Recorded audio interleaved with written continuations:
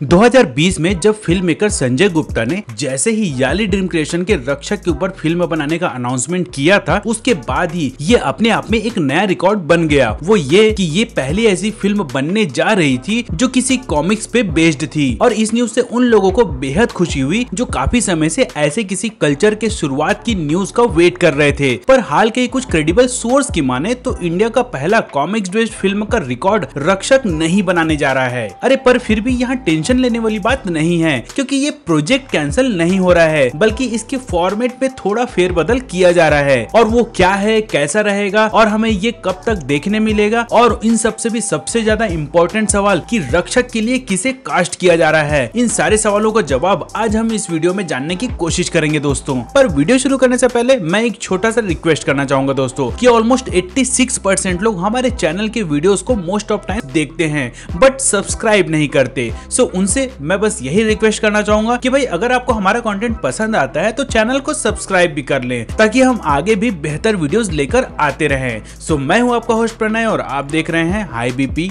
TV.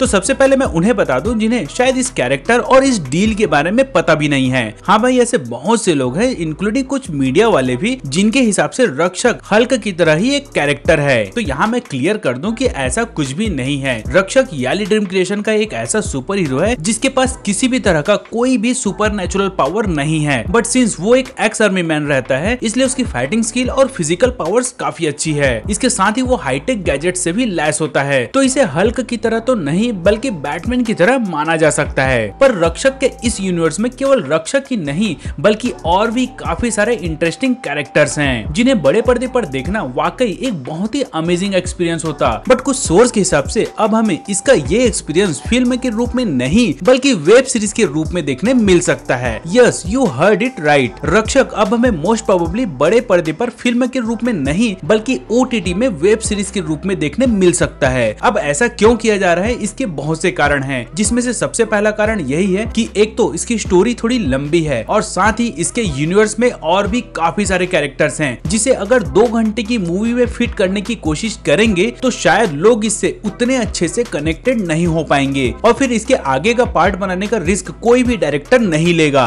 और इन सारी चीजों का सोल्यूशन वेब सीरीज ही हो सकता है, जिसमें न केवल स्टोरी को काफी अच्छे से समझाने का स्कोप होता है बल्कि कैरेक्टर डेवलपमेंट के लिए भी काफी टाइम मिलता है। इतना ही नहीं, इसे सीजन के रूप में भी आगे कंटिन्यू एक्सटेंड किया जा सकता है। जस्ट लाइक कॉमिक्स में रक्षक ओरिजिन के बाद इसका अगला पार्ट रक्षक क्रैकडाउन भी आया था और आगे भी आने वाला है। वैसे अगर मैं अपना पर्सनल ओपिनियन दूं तो इवन मैं भी इसके वेब सीरीज के फेवर में ही रहूंगा। दूसरा पॉइंट ये है कि सिंस अब टी सीरीज भी अलग अलग OTTs के लिए वेब सीरीज बनाने का काम शुरू कर दिया है, जिसके लिए उन्होंने काफी सारे डायरेक्टर्स और फिल्म मेकर्स के साथ कोलैबोरेशन भी किया हुआ है, और जिनमें से एक फिल्म मेकर संजय गुप्ता भी हैं। तो इन सारे न्यूज और कुछ ट्वीट के हिसाब से ये कहा जा रहा है कि मोस्ट प्रोबेबली रक्षक नाम का ये सुपर हीरो का एडवेंचर हमें बड़े पर्दे पर नहीं बल्कि OTT में देखने मिलेगा। तो मीडियम के साथ साथ इसके कास्टिंग में भी चेंजेस की खबर आ रही है। आपको याद होगा कि 2020 में जब इसकी स्क्रिप्ट लिखनी शुरू की गई थी तब काफी तेजी से ये खबर फैला था कि जॉन इब्राहिम इस रोल को प्ले करेंगे। पर इस फिल्म का कैंसिल होकर वेब सीरीज बनने की खबर के बाद से